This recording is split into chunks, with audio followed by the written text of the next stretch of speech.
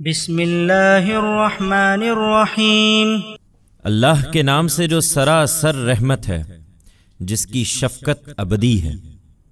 ثم بدا لهم من بعد ما رأوا الآيات ليسجننه حتى حين ودخل معه السجن فتيان قال أحدهما إني أراني أعصر خمرا وقال الآخر إني أراني أحمل فوق رأسي خبزا تأكل الطير منه نبئنا بتأويله إنا نراك من المحسنين قال لا يأتيكما طعام ترزقانه إلا نبأتكما بتأويله قبل أن يأتيكما ذلكما مما علمني ربي إني تركت ملة قوم لا يؤمنون بالله وهم بالآخرة هم كافرون واتبعت ملة آبائي إبراهيم وإسحاق ويعقوب ما كان لنا أن نشرك بالله من شيء ذلك من فضل الله علينا وعلى الناس ولكن أكثر الناس لا يشكرون يا صاحبي السجن أأرباب متفرقون خير أم الله الواحد القهار ما تعبدون من دونه إلا أسماء سميتموها أنتم وآباؤكم ما أنزل الله بها من سلطان إن الحكم إلا لله أمر ألا تعبدوا إلا إياه ذلك الدين القيم ولكن أكثر الناس لا يعلمون۔ پھر اس کی بے گناہی کی یہ نشانیاں دیکھ لینے کے بعد بھی ان لوگوں نے مصلحت یہی سمجھی کہ یوسف کو کچھ مدت کے لیے لازماً قید کر دیں۔ اس کے ساتھ دو اور نوجوان بھی قید خانے میں داخل ہوئے۔ ان میں سے ایک نے ایک دن اس سے کہا، میں خواب میں دیکھتا ہوں کہ شراب نچوڑ رہا ہوں۔ دوسرے نے کہا، میں دیکھتا ہوں کہ اپنے سر پر روٹی اٹھائے ہوئے ہوں جس میں سے چڑیاں کھا رہی ہیں، ہمیں اس کی تعبیر بتائیے، ہم دیکھتے ہیں کہ آپ ان لوگوں میں سے ہیں جو خوبی اختیار کرتے ہیں۔ یوسف نے کہا، یہاں جو کھانا تمہیں ملتا ہے وہ آئے گا نہیں کہ اس کے آنے سے پہلے میں تمہیں اس کی تعبیر بتا دوں گا، یہ اس علم میں سے ہے جو میرے رب نے مجھے سکھایا ہے۔ واقعہ یہ ہے کہ میں نے ان لوگوں کے مذہب کو چھوڑ دیا ہے جو اللہ پر ایمان نہیں رکھتے اور وہی آخرت کے منکر ہیں، اور میں نے اپنے بزرگوں ابراہیم، اسحاق اور یعقوب کا مذہب اختیار کر لیا ہے۔ ہم کو حق نہیں کہ ہم کسی چیز کو اللہ کا شریک ٹھہرائیں، یہ ہم پر اور تمام انسانوں پر اللہ کا فضل ہے کہ اس نے یہ حقیقت اپنے پیغمبروں کے ذریعے سے واضح کر دی ہے، لیکن اکثر لوگ شکر گزار نہیں ہوتے۔ میرے زنداں کے ساتھیوں، کیا الگ الگ بہت سے خدا بہتر ہیں یا وہ ایک اللہ جو سب پر غالب ہے؟ تم اس کے سوا چند ناموں ہی کی بندگی کر رہے ہو جو تم نے اور تمہارے باپ دادا نے رکھ لیے ہیں۔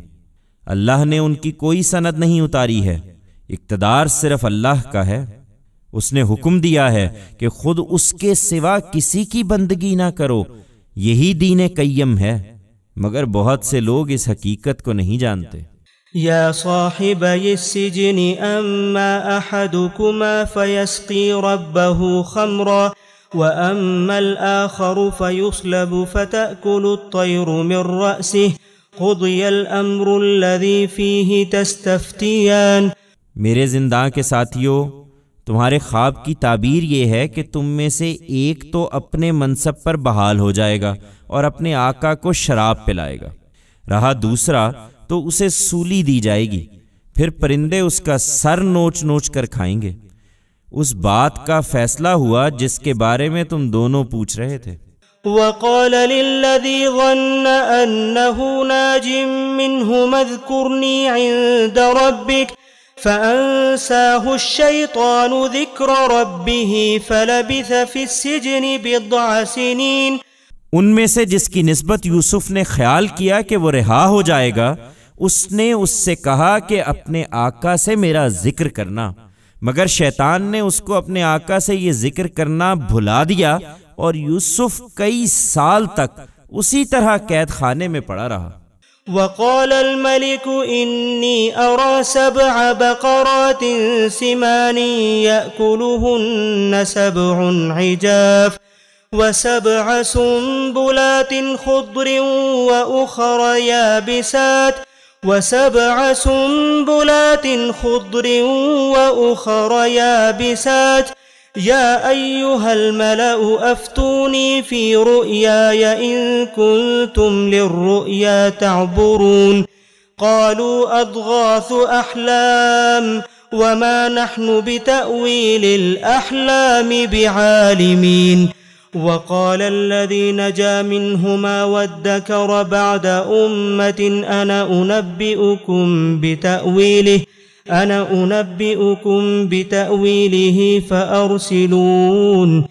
پھر ایک دن بادشاہ نے اپنے دربار کے لوگوں سے کہا، میں خواب میں دیکھتا ہوں کہ 7 موٹی گائیں ہیں جنہیں 7 دبلی گائیں کھا رہی ہیں، اور 7 بالی ہری اور دوسری 7 سوکھی ہیں، اور وہ بھی ہری بالیوں کو کھا رہی ہیں۔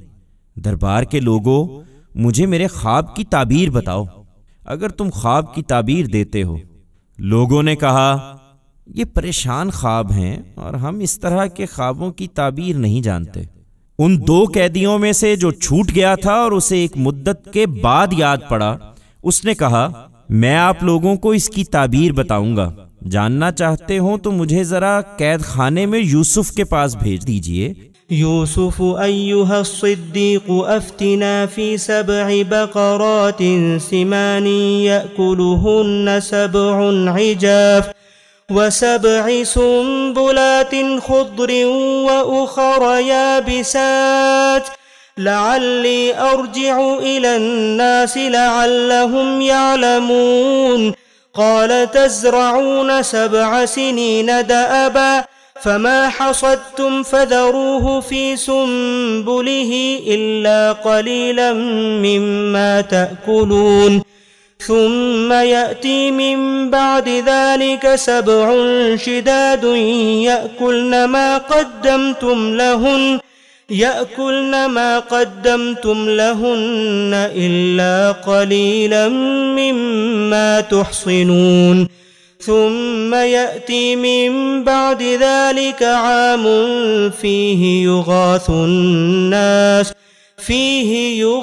الناس وفيه يعصرون.